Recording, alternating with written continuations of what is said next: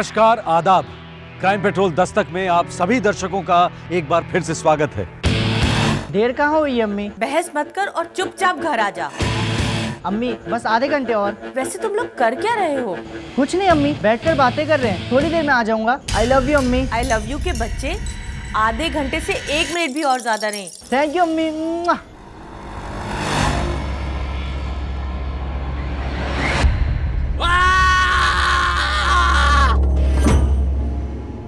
बचपन और जवानी के बीच का पड़ाव है कुमार अवस्था या टीनेज। इस दौर में, इस पड़ाव में बच्चे और माँ बाप दोनों का इम्तिहान होता है।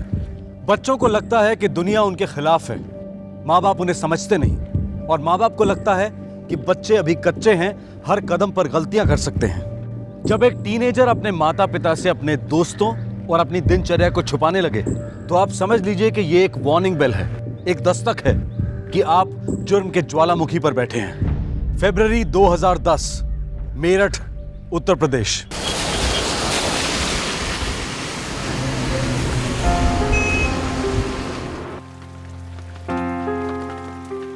तुम्हें क्लास के लिए देरी नहीं हो रही? क्लास देरी से जाऊं नहीं जाऊं क्या फर्क पड़ता है? प्रोफेसर वैसे भी तो पकाना छोड़ने वाला नहीं है। उसने तो बोरियत में पीएचडी की है। तू ना आजकल रोज रोज झूठे बहाने करके क्लासेस बंक करने लगा है। तो फिर रियल रीजन बताऊं क्लासेस बंक मारने का?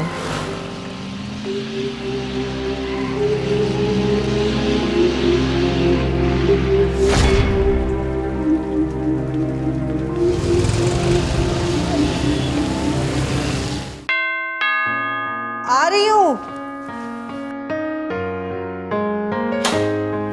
अस्सलाम वालेकुम। वालेकुम सलाम। ग्रिल वाले से बात की? अरे यार, हमारी भूलने की आदत भी ना। हद कर दी आपने। मैंने आपको एसएमएस भी किया था, अब मैं आपसे कहूंगी ही नहीं। कल मैं खुद जाऊंगी, ग्रिल वाले को यहाँ लाऊंगी और अपना काम करवा लूंगी। सोहेल से क्यों नहीं कहती उसे लाने के लिए? आपका साहबजादा है, बहानों का तो भंडार है उसके पास। एक तो हाथ नहीं आता, जब देखो दोस्तों के साथ तफरी करता रहता है। तफरी करता है तो क्लास कब जाता है? ये सब आप उसी से पूछ लेना। अपनी माँ को तो अपनी मीठी बातों से चकमा देने में उस्ताद हो गया है हमारा सोहेल। अब्बू मेरा यकीन कीजिए, मैं एक भी क्लास मिस नहीं करता, और अभी तो पता नहीं कौन सी ट्रिप पर है। देखो सोहेल, तुम बच्चे नहीं हो बेटा, इसलिए खुल के कह रहा हूं तुमसे। मैं आज बैंक में मैनेजर हूं, तो ये पोजीशन कोई आसमान से नहीं टपकी बेटा। मैंने बहुत पापड़ बेले हैं इसके लिए। जानता हूँ अब्बू, इज्जत करता हूँ आपकी। तुम इंजीनियर बनना चाहते हो, तो तुम्हारी सारी जरूरतों को पूरा कर रहे हैं ना हम बेटा। बस तुम अपना फोकस सिर्फ पढ़ाई पे रखना। अब्बू ट्रस्ट कीजिए, मैं इंजीनियर जरूर बनूंगा और आपको मुझ पर फक्र होगा।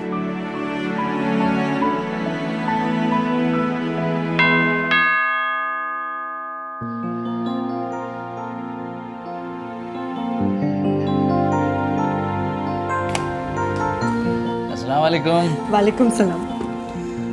अरे भाई, वो ग्रिल वाले को भेजा था हमने, आया कि नहीं? आया था, शुक्र है आपको याद तो रहा।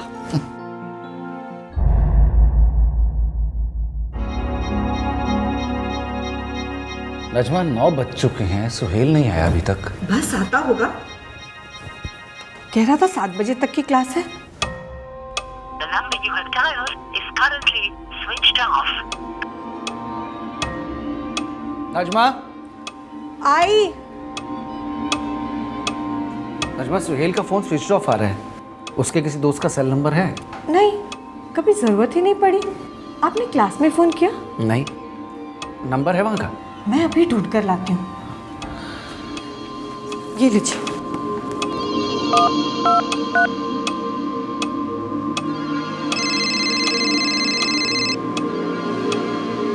हेलो। हेलो प्रोफेसर दिवाकर, मैं सोहेल का फादर बोल रहा हूँ। हाँ जी बोलिए। सोहेल घर नहीं आया अभी तक। लेकिन आज तो वो क्लास भी नहीं आया था। क्लास नहीं आया? Are you very sure? या वेरी श्योर। किसी और क्लास में भी जाता है ना? हाँ, प्रोफेसर मिश्रा की क्लास में। ये रहा नंबर।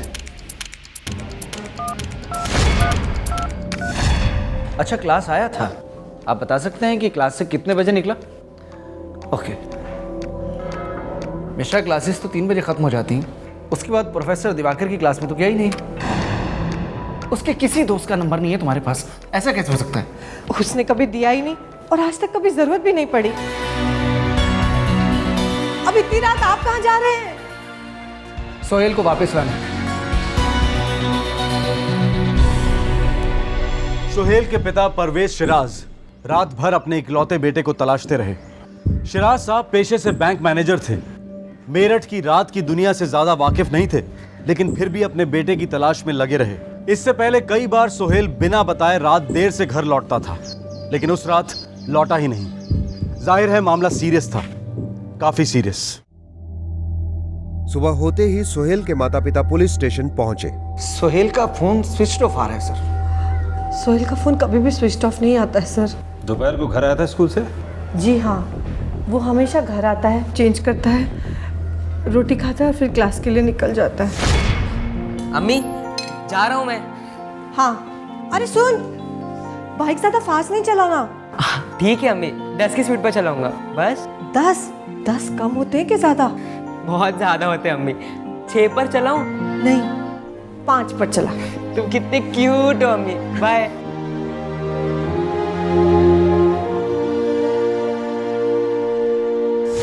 दोपहर की क्लास में गया था सर, लेकिन शाम की क्लास में गया ही नहीं सर। सोहेल की कोई खास सहेली है? I mean girlfriend? हमें नहीं लगता सर। कौन से स्कूल में पढ़ता है आपका लड़का?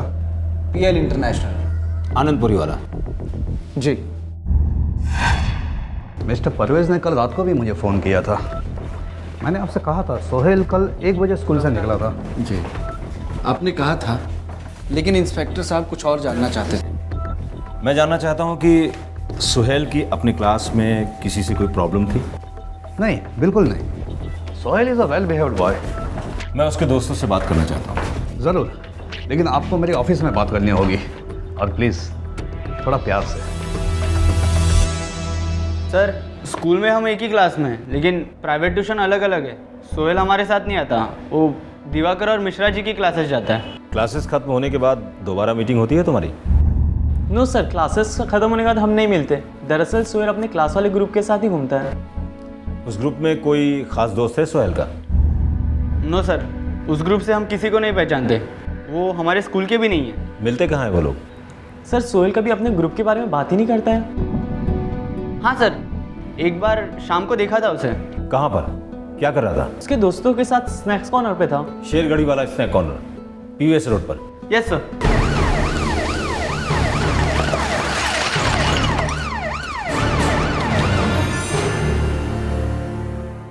हाँ सर, ये लड़का आता है यहाँ पर, इनका ग्रुप है। हफ्ते में कितनी बार आता है?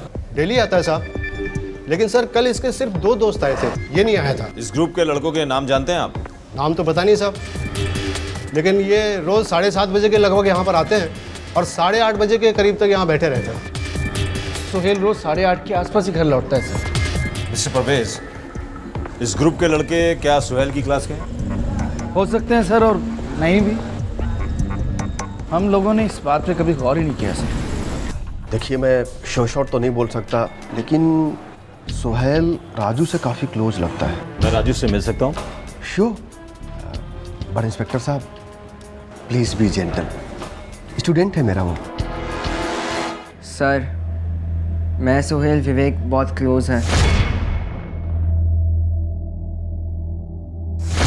स्नैक्स कॉर्नर जाते हो? हाँ, हम डेली जाते हैं, लेकिन कल सोहेल नहीं आया था। क्यों?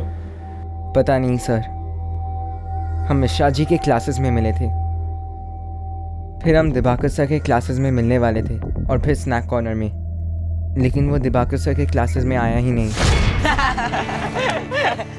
अरे तेरे वो क्लास में वो लड़की है ना, हॉट है। तुझे तो ना हर लड़की हॉट लगती है। थोड़ा चिरविल मार यार, क्या हॉट वॉट करता रहता है। साले, अगर वो मुझे एक भी हिंट देगी ना, मैं उसके लिए कुछ भी कर लूंगा। तू ना इस दुनिया का सबसे बड़ा पागल है। इतना ओवर तू बनेगा ना, एक लड़की नहीं पड़ेगी तुझसे। तूने तो PhD की है ना लड़कियों के ऊपर। तुझे ना जो समझना समझ। मैं तो भाई जा रहा हूँ, मेरे को लेट हो रहा है। डेट पे लेट आ? मैं किसी डेट वेट पे नहीं आ रहा है, समझा क्या? मुझे पागल मत समझ, 2-3 लड़कियों को ऐसे पटा कर रखता है और बाद में मजा लेता है। मेरी ना एक टिप याद रखना, कभी भी किसी लड़की को इतना भाव मत देना, एक लड़की नहीं पटेगी, वो लोग को अच्छा नहीं लगता ये सब, समझा? 2-3 गर्लफ्रेंड तो होंगी सोहेल की। नो सर, वो ऐसे ही मजाक में बोलता था।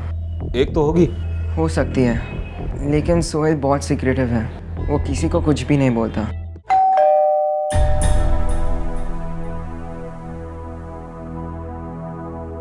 विवेक सिंह, मेरे मॉम एंड डैड कानपुर में रहते हैं, मैं यहाँ अकेला रहता हूँ। कल शाम को सोहेल से मिले थे? नो सर, नहीं मिला।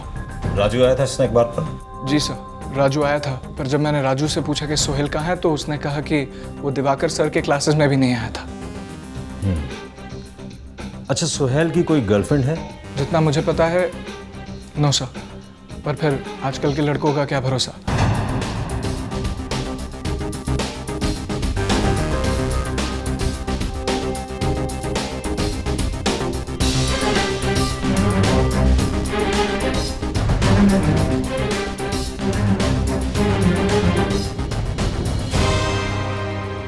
सोहेल का फ़ोन तो अभी स्विच ऑफ आ रहा है सर। मिस्टर परवेज, हम ये तय नहीं कर पा रहे हैं कि ये केस मिसिंग का है या किडनैपिंग का। मिसिंग क्यों होगा सर? और मेरे सोहेल को कोई किडनैप क्यों करेगा सर? यही सवाल तो मैं आपसे करना चाहता हूँ मिस्टर परवेज। क्या आपकी किसी से कोई दुश्मनी है या फिर आपसे कोई बदला लेना चाहता है? मैंने ज़िंदगी में किसी को डांटा तक नहीं है सर, दुश्मनी क्या होगी मेरी? सोहेल को गायब हुए 2 दिन बीत चुके थे। पुलिस के पास एक भी सुराग नहीं था। कहीं से सोहेल के बारे में कोई खबर नहीं आ रही थी। आखिरकार एक खबर आई। यह खबर एसएमएस के रूप में थी और इस एसएमएस को भेजने वाला खुद सोहेल था, और शायद नहीं भी।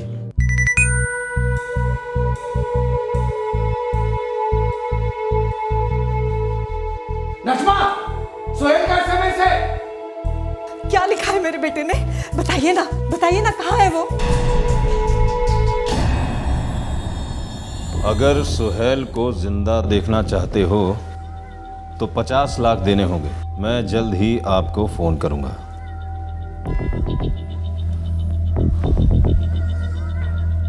मुझे पहले से डाउट था मिस्टर परवेज, ये टिपिकल किडनैपिंग का केस लग रहा है। मेरी किसी से कोई दुश्मनी नहीं है। किसी को आपके पैसों से प्यार है मिस्टर परवेज। सर, सोहेल का फोन अब भी स्विच ऑफ। सिर्फ मैसेज भेजने के लिए स्विच ऑन किया होगा, फिर स्विच ऑफ। कोई बात नहीं, सेल फोन की लोकेशन ट्रेस करो, अब इस केस का खाता खुलेगा।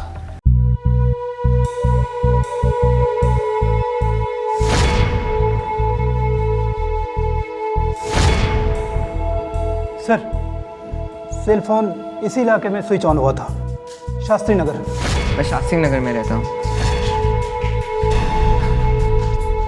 सर, मुझे सच में नहीं पता सोहेल कहाँ है, मुझे कुछ नहीं पता सर।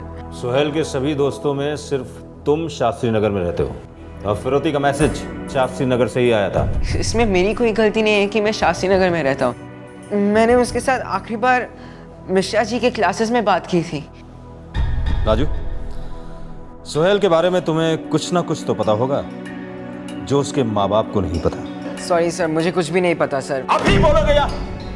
अगर अभी बोलोगे तो बच जाओगे, और अगर हमने पता लगाया कि तुम्हें पता था तो उसके बाद पता नहीं कि तुम्हारे साथ क्या होने वाला है। सोचे? सर, मैं आपसे झूठ नहीं बोल रहा सर, मैं सब सच बोल रहा हूँ sir. I don't know anything sir, please sir, मैं कुछ नहीं किया सर। सोहेल का दोस्त राजू काफी डिस्टर्ब था, फिर भी पुलिस ने उससे लंबी पूछताछ की।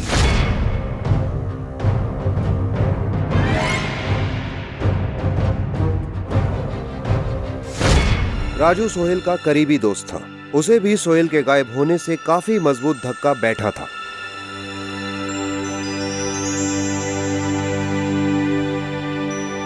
आखिरकार राजू से सहा नहीं गया। एक बात थी जो उससे बोली नहीं जा रही थी, उसने वो बात लिखकर बयान की।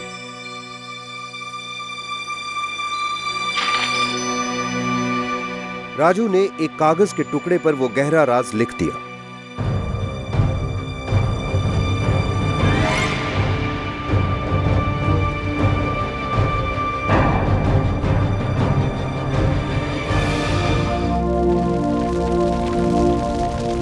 पर उसके लिखे हुए खत ने इस केस को सर के बल उलट दिया। प्यारे मम्मी पापा, मुझे माफ कर देना। मैं आप लोगों को ऐसे छोड़कर जा रहा हूं, पर मेरे पास कोई रास्ता नहीं बचा था। मुझे पता था कि एक ना एक दिन पुलिस को सब पता चल जाएगा। पहली बार मैं बहुत डर गया था, दूसरी बार मैं जानता था कि सच सामने आ जाएगा। मैंने सुहेल को कुछ नहीं किया, पर मैं इतना जानता हूं कि विवेक सुहेल से नफरत करता है। सिर्फ विवेक जानता है कि सुहेल कहाँ है। आपका बेटा राजू। मार डाला, मेरे राजू को मार डाला आपने। आपने जरूर उसे धमकाया होगा, मारा भी होगा। अरे प्यार से पूछा होता तो ये नौबत नहीं आती। हमने आपके बेटे के साथ कोई जोर जबरदस्ती नहीं की। ये सब तो कोर्ट तय करेगा और मैं आपको कोर्ट लेके जाऊंगा। आपने मेरे बेटे को मारा, छोड़ूंगा नहीं मैं।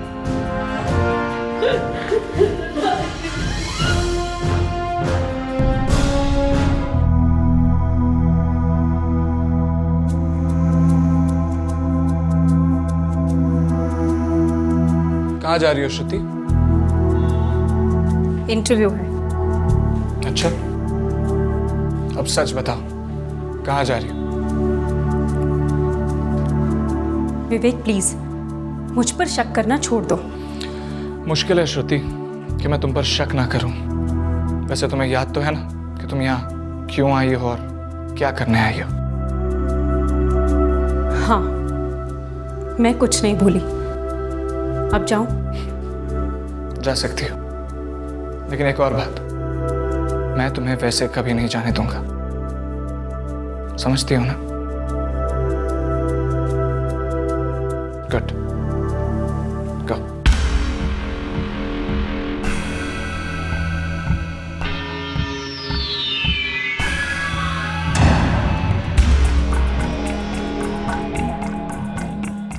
क्या प्रॉब्लम है सर? प्रॉब्लम है मिस्टर विवेक, हम पर शक किया जा रहा है। और शक ही नहीं, डायरेक्ट इल्जाम लगाया जा रहा है कि हमारी वजह से तुम्हारे खास दोस्त राजू ने सुसाइड कर ली। और राजू ने अपने सुसाइड नोट में यह लिखा है कि सुहेल के गायब होने में तुम्हारा हाथ है। क्या ये सच है?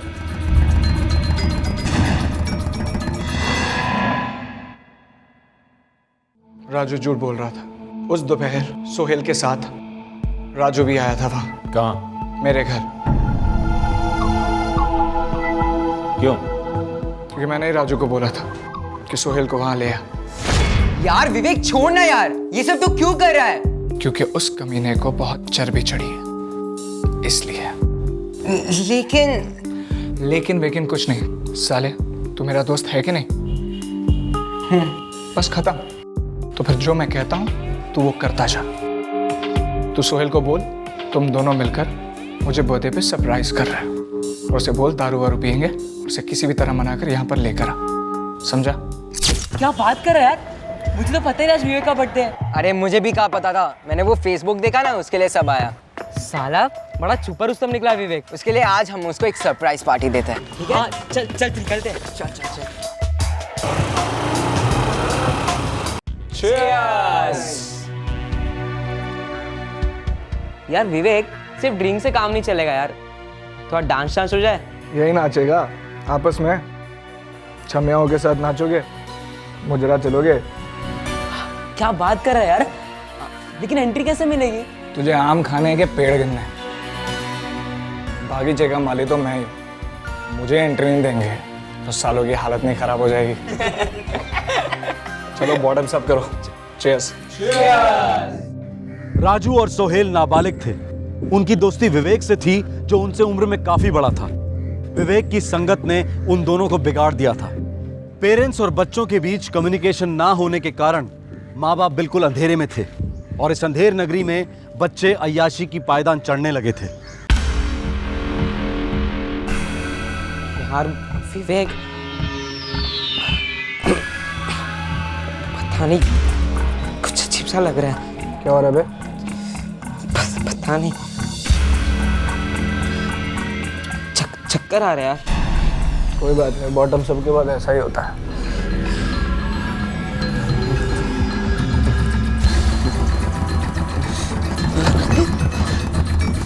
मैंने सोहेल की ड्रिंक में 15 नींद की गोलियां घोल दी थी।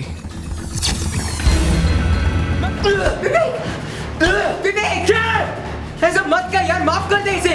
इसे माफ नहीं करूंगा मैं, इसे आजाद कर दूंगा। इसे ऐसी जगह भेजूंगा जहां से कभी वापस नहीं आएगा। ये मैं अकेला नहीं कर रहा हूं, तू भी इसमें बराबर का हिस्सेदार है। क्या? मुझे फंसाएगा, तू भी फंसेगा। अगर मैं डूबा तो तू भी डूबेगा। चुप बैठ। अरे बेचारे को माफ कर दे। ये तूने क्या कर दिया यार? तूने तो सोहेल को जान से ही मार दिया। क्या? ऐसा क्यों किया तूने यार? ऐसा मत बोल यार, मैंने कुछ नहीं किया। कोई बात नहीं, तू डर मत। मैं हूं ना, अपने काम करते हैं। अपन इसकी लाश को ना ठिकाने लगा देते, किसी को पता नहीं चलेगा कि ये तूने किया है। चल।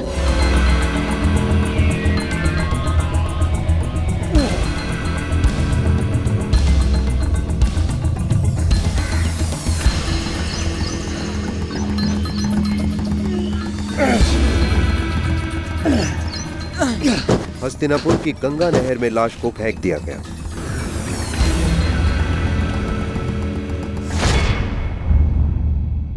जानता था मैं कि राजू की तरह एक न एक दिन पुलिस मुझ तक भी पहुंच तो जाएगी, बस इतना नहीं पता था कि इतनी जल्दी पहुंच जाएगी।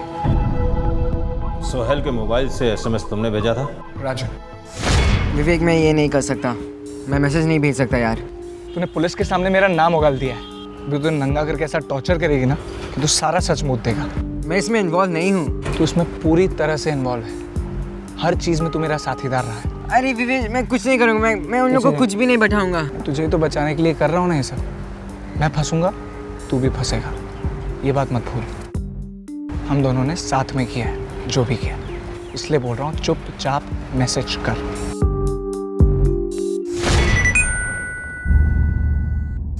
वहाँ ढूंढिए, वहाँ।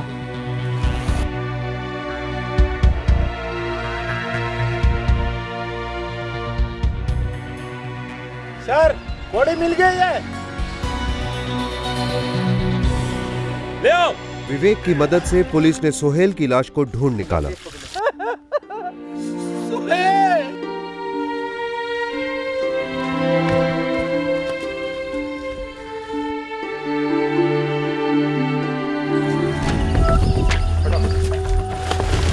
विवेक ने सोहेल की मोटरसाइकिल को भी पास में छुपा दिया था। शैतान! क्यों मारा मेरे बच्चे को? क्यों मारा उसको? मारिए अपने आप को। क्यों? मैंने आपके बेटे को समझाया था, बहुत प्यार से समझाया था, पर वो समझा नहीं सर। उसमें बहुत गुरूर आ गया था, बड़ी चर्बी चढ़ गई थी आपके बेटे को, तो मैंने उतार दी।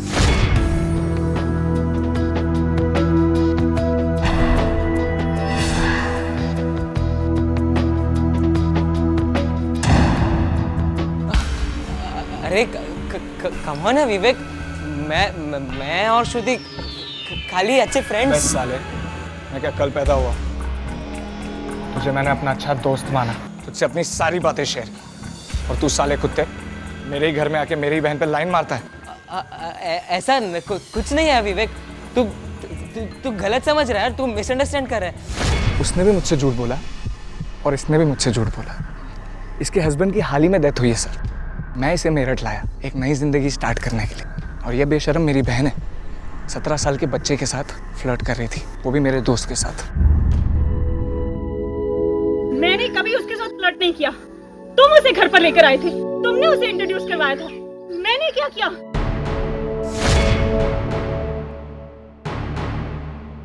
श्रुति और सोहेल सिर्फ दोस्त नहीं थे, मुझे सब पता था। मेरा गुस्सा बढ़ता जा रहा था क्योंकि दोनों मुझसे झूठ बोल रहे थे। मुझे बुद्धू समझा है क्या? इन दोनों को साथ देखकर ना सर मेरा पारा चढ़ जाता था। दोनों को समझाने के बावजूद कोई समझ ही नहीं रहा सर। फिर मैंने कुछ समझ लिया कि इनको सीख देनी पड़ेगी। दे दी सर। ले जाओ इसे।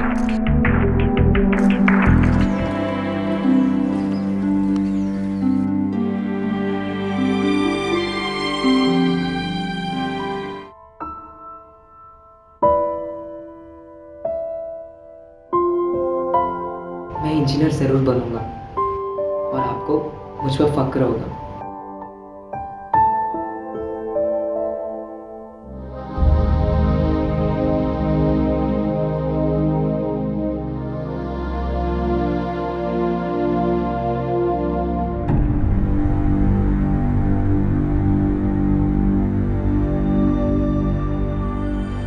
नमस्कार, आदाब।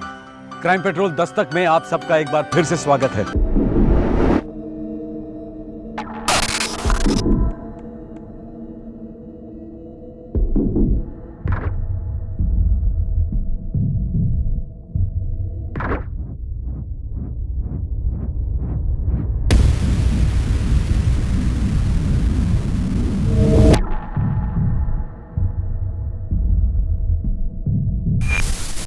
दो प्रेमियों के बीच गुजरे पल बहुत निजी होते हैं, पर अफसोस हर रिश्ता ऐसा नहीं होता।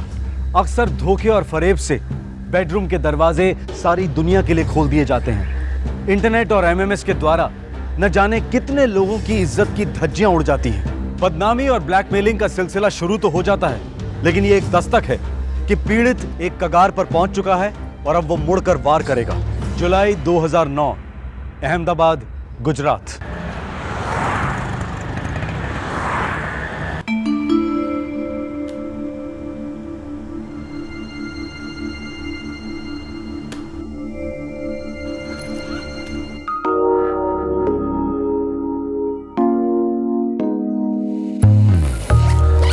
આવું છું માં, આવું છું બાબા। विशाल શું આવું છું नाश्ता નથી કરવાનું? माँ आप नाश्ता कर सकता हूँ या मीटिंग कर सकता हूँ? बहुत ज़रूरी मीटिंग है, फिर मिलता हूँ। अरे विशाल, इतवार को अपने आप को फ्री रखना। दिव्या के माता पिता आ रहे हैं आनंद से। माँ बाबा, ये शादी होना भी ज़रूरी है क्या? जरूरी है, बिल्कुल जरूरी है। तुम अब 26 साल के हो गए हो। और दिव्या अच्छी लड़की है, तुम दोनों की जोड़ी खूब जमेगी। और हाँ, जल्दी से फिर हमें अपने पोता पोती के बाबा, मैं भी शादी नहीं करना चाहता हूँ, मुझे भी जीना है। लेकिन बेटा, अब आपने कुछ कहा ना तो घर छोड़ के चला जाऊंगा मैं। विशाल, शाम को मिलता हूँ, वहाँ जरूरी मीटिंग है। कैसी बातें करता है? क्या हो गया इसे? पागल है बिल्कुल। समझ में नहीं आता इसका क्या करें।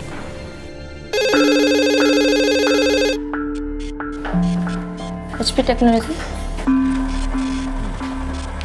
हम दोनों के लिए।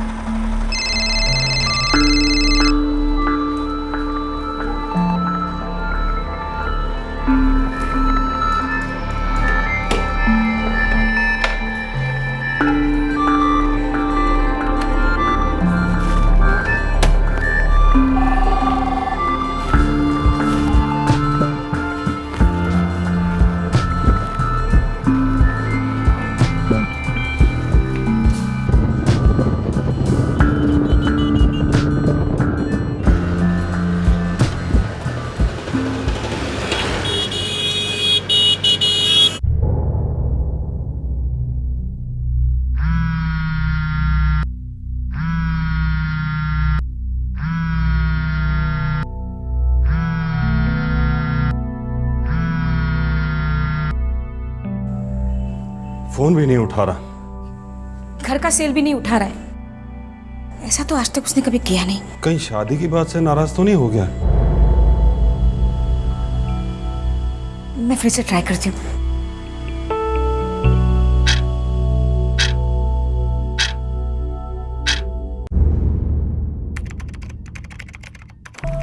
देखिए, गुस्से में कहीं चला वला गया होगा, कल सुबह तक आ जाएगा। कोई 15-16 साल का लड़का नहीं है मेरा विशाल, और जब वो 15-16 साल का था तब भी उसने ऐसा कुछ नहीं किया था। ऑफिस कहाँ? Helmet circle, Ambika chambers. अच्छा, कोई गाड़ी वाड़ी है? मतलब कार, बाइक? होंडा एक्टिविया चलाता है। दबे। जी सर। हॉस्पिटल्स और सारे पुलिस स्टेशन चेक करो, और पिछले 12 घंटे में जितने भी एक्सीडेंट्स के केसेस हुए हैं सबके रिकॉर्ड्स मंगवा लो। ऑफिस वाले ने क्या बोला? लंच के बाद ऑफिस से चला गया था, किसी को कुछ बताया नहीं। देखिए, हम उसके सेल फोन के रिकॉर्ड्स मंगवा लेते हैं, और तब तक ये एक्सीडेंट्स के रिकॉर्ड्स भी आ जाएंगे हमारे पास। इन सब में 4-6 घंटे तो बड़े आराम से जाएंगे। आप लोग मेरी बात मानिए, घर जाइए, मैं कल सुबह फ़ोन करता हूँ।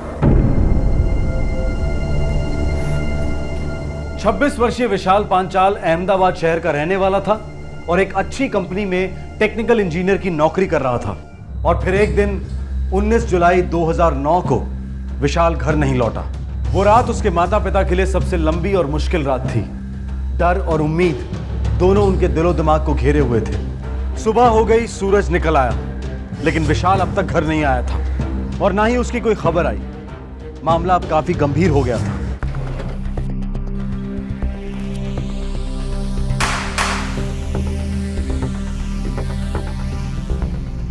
दोपहर के बाद से 27 मिस्ड कॉल्स। ये विशाल अपना ऑफिस का सेल फोन साथ नहीं लेके गया, ये लैपटॉप भी? यस सर, डेस्क पर ही छोड़ के चला गया था। अच्छा, उसने कोई हिंट नहीं दिया कहाँ जा रहा है, कोई पर्सनल काम, कुछ भी? जी नहीं सर, ऑफिस से कब निकल गया किसी को कुछ पता नहीं चला, सब अपने अपने काम में बिजी थे। सर, विशाल का पर्सनल फ़ोन दोपहर 3 बजे स्विच ऑफ हो गया था। मतलब यहाँ से निकलने के 1.5 घंटे बाद? और विशाल के पर्सनल फ़ोन पे लास्ट कॉल इस नंबर से आई थी सर। ये लास्ट कॉल हमारा पहला सुराग हो सकता है, ट्रेस करो जल्दी। आप दोनों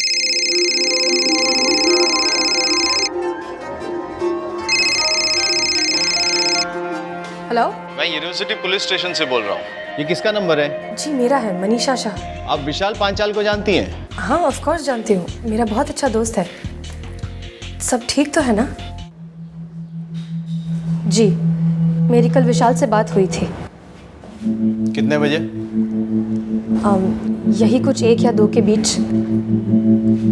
1:30 पे, टू बी मोर प्रिसाइज। ये विशाल के पर्सनल फोन पे रिसीव किया गया लास्ट कॉल था। लास्ट कॉल मतलब? सर विशाल ठीक तो है ना? पता नहीं, बस फिलहाल है नहीं, गायब है। Oh my God. कब से जानती हैं उसे? कई सालों से, लगभग 9-10 सालों से। कॉलेज से? जी नहीं, मेरे एक अंकल हैं, विशाल उनका पड़ोसी था। मैं जब भी वहाँ जाती थी तो उससे बात होती थी। विशाल कंप्यूटर्स में बहुत ब्राइट है, उसने मेरी कई बार मदद की है। कंप्यूटर्स में? जी। विशाल की सगाई तय हो गई थी। जानती हूँ। ना खुश था इस रिश्ते से? वो भी जानती हूँ। आप भी ना खुश थी? क्या मतलब? आप दोनों का अफेयर था? What nonsense? सेंस।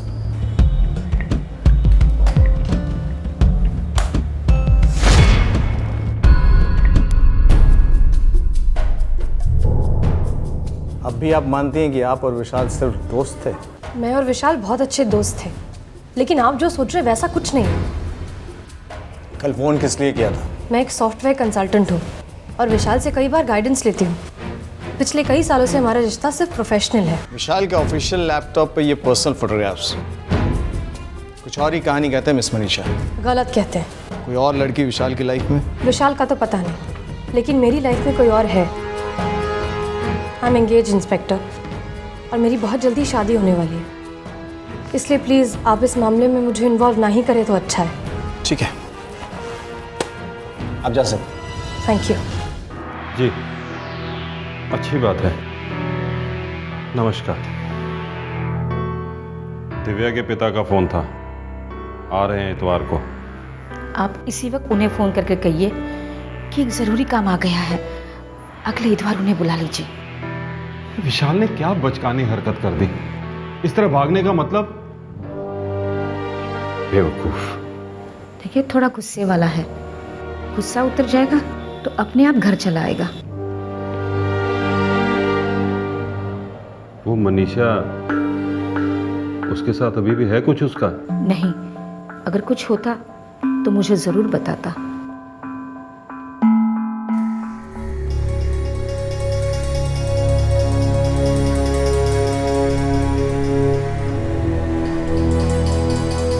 कौन यार, ऐसे चेहरा मत लटकाओ, इतना टेंशन लेने की कोई ज़रूरत नहीं।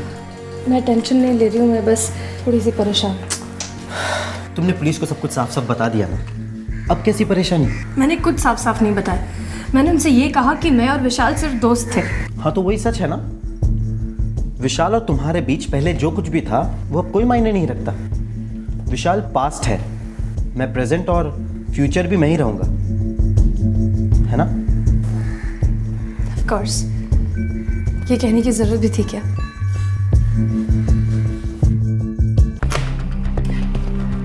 सर, सारे पुलिस स्टेशन हॉस्पिटल्स चेक किए, सिटी के बाहर भी चेक किया, विशाल की कोई खबर नहीं, ना ही उसके स्कूटर का कुछ पता चला। ये मनीषा की कोई खबर? लड़की ने पूरा सच नहीं बोला सर। अफेयर था ना दोनों के बीच? मजबूत अफेयर था सर, 3 साल पहले ही ब्रेकअप हुआ। कोई दूसरी लड़की? नहीं सर, दूसरा लड़का सूरज मनीषा के ऑफिस में ही काम करता है, यहीं अहमदाबाद का लड़का है। कोई रिकॉर्ड नहीं। ये लड़की कहाँ की है? माँ बाप बड़ौदा के हैं, लड़की यहाँ अकेली रहती है। सुंदर अपार्टमेंट, 16 रोड। विशाल की कोई नई गर्लफ्रेंड? मतलब शादी से बचने के लिए भाग गया? नहीं सर, अगर गर्लफ्रेंड होती तो किसी ना किसी ने देखा होता या सुना होता, और अगर होती भी तो उसकी भी मिसिंग कंप्लेंट फाइल होती सर। और ऐसी किसी लड़की की मिसिंग कंप्लेंट फाइल नहीं है सर। दवे, ये अपना हीरो है ना विशाल, ये मिसिंग नहीं है। क्या मतलब सर? ये गायब नहीं हुआ है, छुप गया है, अपनी मर्जी से छुप गया है। 21 जुलाई 2009 विशाल को गायब हुए 3 दिन हो चुके थे। उसके माँ बाप की हालत बहुत खराब हो चली थी और पुलिस के हाथ अब तक एक भी सुराग नहीं लगा था। पुलिस बस इतना जानती थी कि किसी जमाने में विशाल और मनीषा का अफेयर था जो 3 साल पहले टूट गया था। और दूसरी बात यह भी जानती थी कि विशाल अरेंज मैरिज रिश्ते से खुश नहीं था। विशाल के गुमशुदा होने की कई संभावनाएं टटोली जा रही थी और फिर कुछ दिनों के बाद किसी नई संभावना की जरूरत नहीं पड़ी। आखिरकार जुर्म ने अपना फन उठा ही लिया।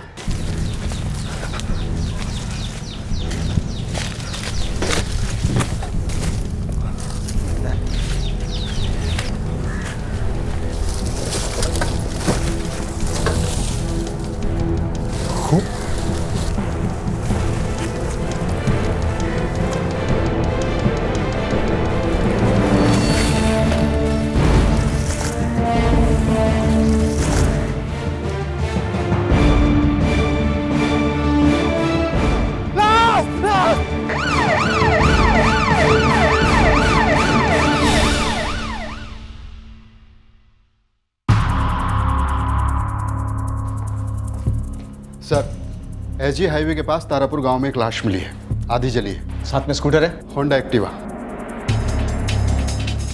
स्कूटर तो विशाल का ही था ना? Yes sir. By the way, scooter पे जो खून के निशान मिले हैं वो इस बॉडी के खून के साथ मैच नहीं करते। मतलब झड़प हुई है, कातिलों का भी खून बहा है। May be. पोस्टमार्टम और ब्लड रिपोर्ट आपको परसों तक मिल जाएंगे इंस्पेक्टर। दवे। जी सर। विशाल के फादर को फ़ोन करो, शनाख्त के लिए बुला। ठीक है सर।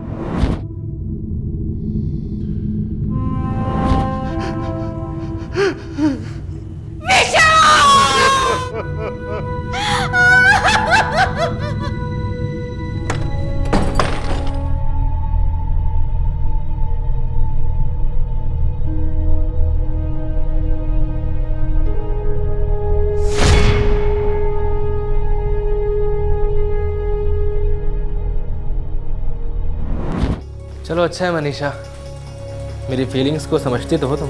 विशाल, मेरे पास कोई चॉइस भी तो नहीं है कोई चॉइस? चॉइस तो है मनीषा, तुम जानती हो। सब ठीक हो जाएगा मनीषा, हम दोनों के लिए, हमारे लिए। ठीक है, अगर तुम कह रहे हो तो। मनीषा यार, इट्स ओवर। विशाल अब नहीं रहा, खत्म हो गया बुरा सपना। बुरे सपने खत्म नहीं होते सूरज, बार बार लौट आते हैं, डराने, याद दिलाने।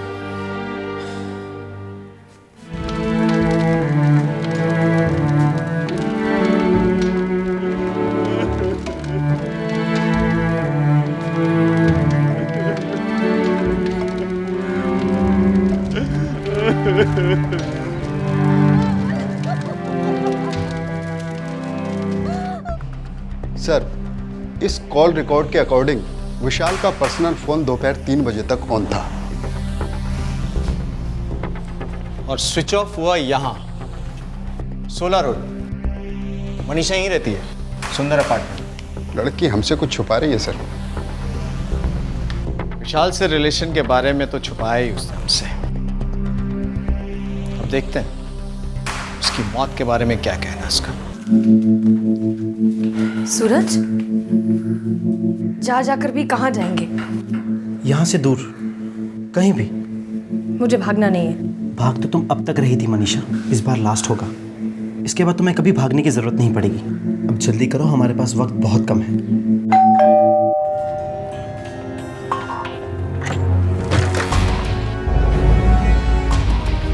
मनीषा कहाँ है? जी मनीषा तो बाहर गई है। अंदर जाने का टाइम आया तो मनीषा मैडम बाहर चले गई। चलो कोई नहीं, अंदर बैठ के मनीषा का इंतजार करो। सर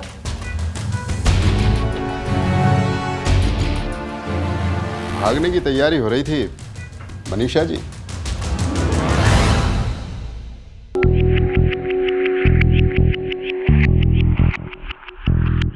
सूखे खून के धब्बे मिले हैं विशाल के स्कूटर पे।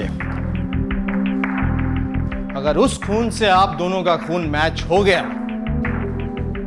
तो आप दोनों पर खून का इल्जाम लगेगा।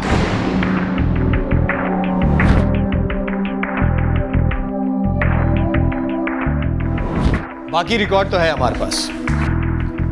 16 रोड पर विशाल का फोन स्विच ऑफ हुआ तो उसके मोबाइल रिकॉर्ड्स कहते हैं।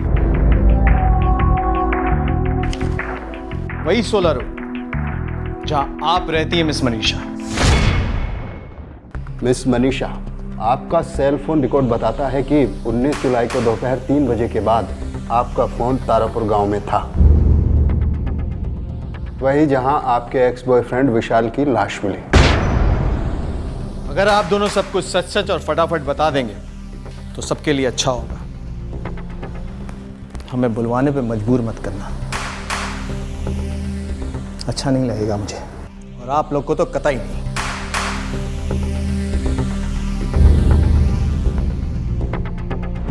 विशाल, मेरे पास कोई चॉइस भी तो नहीं है कोई चॉइस? चॉइस तो है मनीषा, तुम जानती हो सब ठीक हो जाएगा मनीषा, हम दोनों के लिए, हमारे लिए। ठीक है, अगर तुम कह रहे हो तो। मनीषा, रो रही हो क्या? विशाल प्लीज, वो वीडियो क्लिप मुझे बर्बाद कर देगा। मैं भीख मांग रही हूँ तुमसे, प्लीज मेरे साथ ऐसा मत करो। ये क्या पागलों जैसी बात कर रही हो तुम मनीषा? अच्छा ठीक है, मैं वो क्लिप तुम्हारे सामने डिलीट कर दूंगा बस, लेकिन तुम मुझे अपनी लाइफ से कभी डिलीट मत करना मनीषा।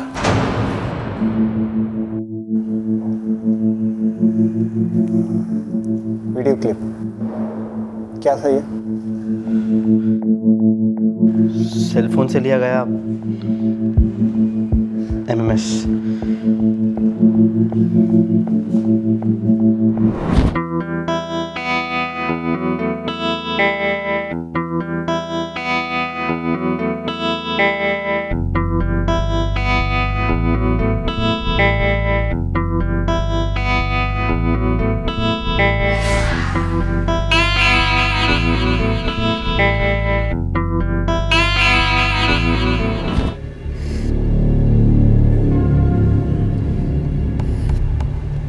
विशाल और मैं 7 सालों तक रिलेशनशिप में थे, बहुत करीब थे।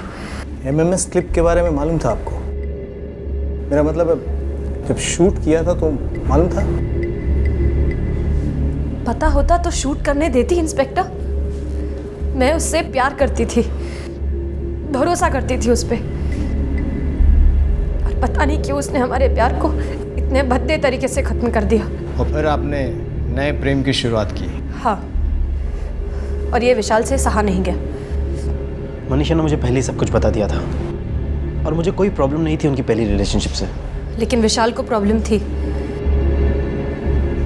मैंने उससे एक नॉर्मल फ्रेंडशिप रखने की कोशिश की, लेकिन वो तो किसी और ही ट्रैक पर था। हम सॉरी विशाल, लेकिन फ्रेंडशिप के आगे और कुछ नहीं। फ्रेंडशिप?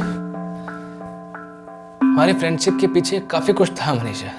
जरूर था, लेकिन अब नहीं है। हाँ, अब तो सूरज आ गया है तुम्हारी लाइफ में। कम ऑन विशाल, हमारे ब्रेकअप के बाद मैंने तुम्हारे साथ कोई चीटिंग तो नहीं की? तो मैंने की है क्या? नहीं, बिल्कुल नहीं। पर प्यार भी तो नहीं किया ना। हमारे बीच का प्यार खत्म हो गया था विशाल, और हमने मिलकर डिसाइड किया था दैट इट्स ओवर। आसान नहीं है मेरे लिए मनीषा, मैं एक पल के लिए भी तुम्हें भूल नहीं पा रहा हूँ यार। For God's sake विशाल, तुम्हारी सगाई होने वाली है और वैसे भी मैं सूरज के साथ बहुत खुश हूँ। हम 3 साल पहले अलग हुए थे और तुम सिर्फ हम दोनों की नहीं बल्कि 2 और जिंदगियों को बर्बाद करने पर तुले हो। Please don't do this. मैं जानता हूँ तुम मेरे पास आना चाहती हो ना। तुम्हारा ईगो ये चाहता है विशाल। लुक, मैं तुमसे प्यार नहीं करती, तो इस बात को समझो और आगे बढ़ो।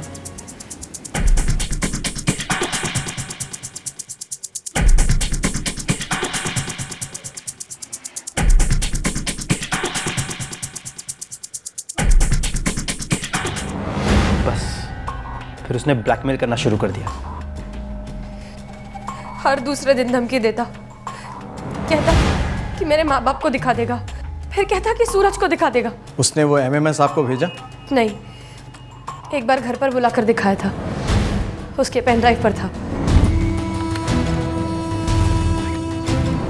मैं इस ब्लैकमेलिंग से तंग आ चुकी थी, मुझसे और सहा नहीं जा रहा था। और फिर एक दिन मैंने सूरज को सब कुछ सच सच बता दिया।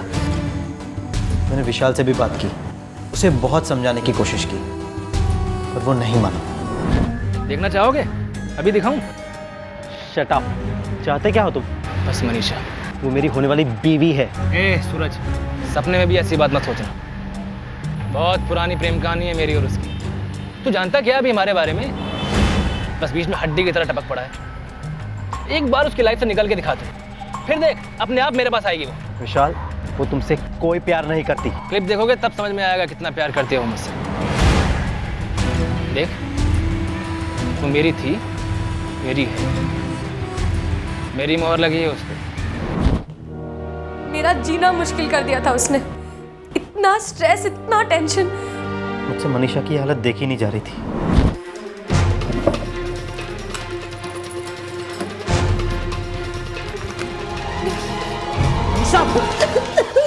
ये क्या कर रही हो तुम?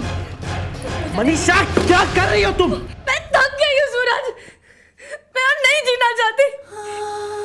विशाल, ब्लैकमेलिंग, मैं हर चीज से थक गई हूँ।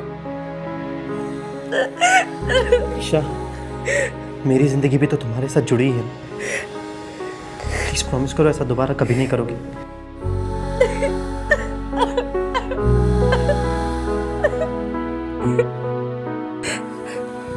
सूरज, विशाल वो वीडियो इंटरनेट पर डाल देगा, फिर तो सब देख लेंगे और मैं किसी को मुंह दिखाने के लायक नहीं बचूंगी। मेरे मम्मी पापा तो मर जाएंगे सूरज। उस पे भरोसा करो मनीषा, आई प्रॉमिस मैं तुम पे आज भी नहीं आने दूंगा।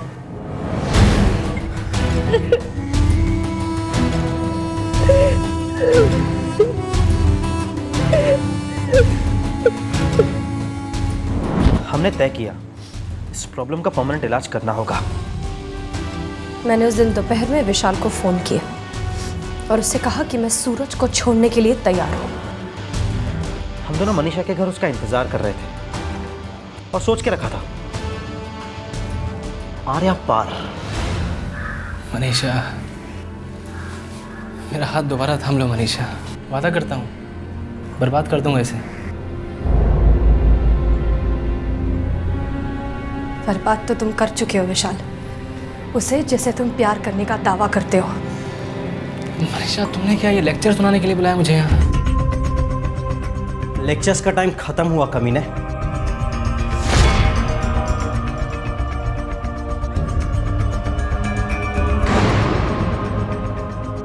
सिर्फ प्रैक्टिकल। हमने विशाल की बॉडी को एक बोरी में डाला और उसी के स्कूटर पर जंगल ले गए।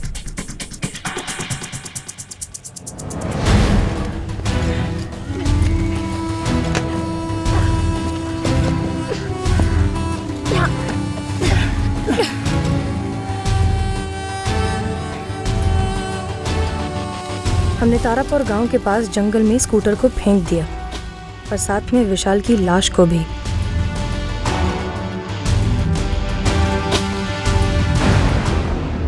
हम इस क्लिप को डिलीट कर देंगे। डिलीट नहीं, हम इसे दफन कर देंगे। मैंने विशाल का पेन ड्राइव और मोबाइल फोन पास के छोटे से तालाब में डुबो दिया। विशाल के साथ उस एमएमएस को भी खत्म कर दिया, हमेशा के लिए। हमने विशाल की लाश पर से सारे आइडेंटिफिकेशन निकाल दी ताकि कोई उसे कभी पहचान ना पाए। और उसके बाद आप लोगों ने बॉडी को जलाने की कोशिश भी की। दरअसल लाश को अगले दिन सुबह जलाने की कोशिश की। मुझे डर था कि कोई पहचान लेगा, इसलिए मैं फिर से जंगल चला गया।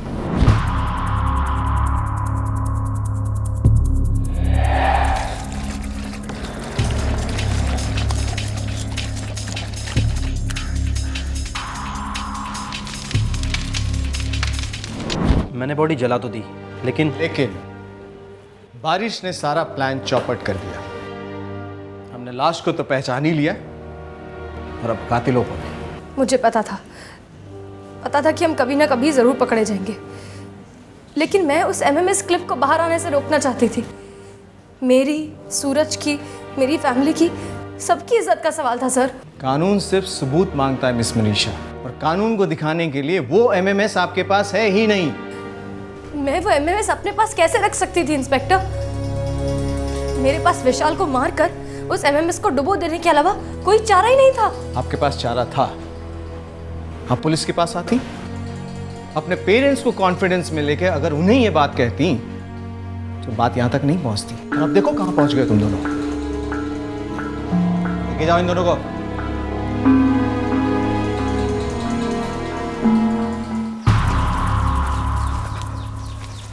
एक सर्च ऑपरेशन लॉन्च किया गया। मनीषा और सूरज के कपड़े बरामद किए गए। तालाब में से विशाल का सेलफोन और पेन ड्राइव ढूंढने के लिए फायर ब्रिगेड की मदद भी ली गई। विशाल के माता पिता को यकीन ही नहीं हो रहा है कि उनके बेटे ने ऐसी हरकत की है। सूरज और मनीषा के बीच अब विशाल तो नहीं है, पर उनके बीच जेल की मजबूत दीवार है। अब कानून ही तय करेगा कि यह दीवार कब तक बनी रहेगी।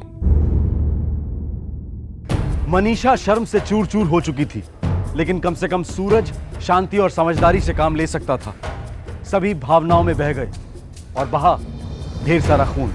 इस केस में विशाल और मनीषा के रिश्ते का अधूरा अंत पहली दस्तक थी, ब्लैकमेलिंग दूसरी दस्तक और सूरज को पता चलना तीसरी। पर तीनों दस्तक बहरे कानों पर पड़ी। गुस्से और जलन से अंधे 3 युवाओं ने 3 परिवारों को बुरी तरह घायल कर दिया और समाज को हक्का बक्का। हर जुर्म दस्तक देता है।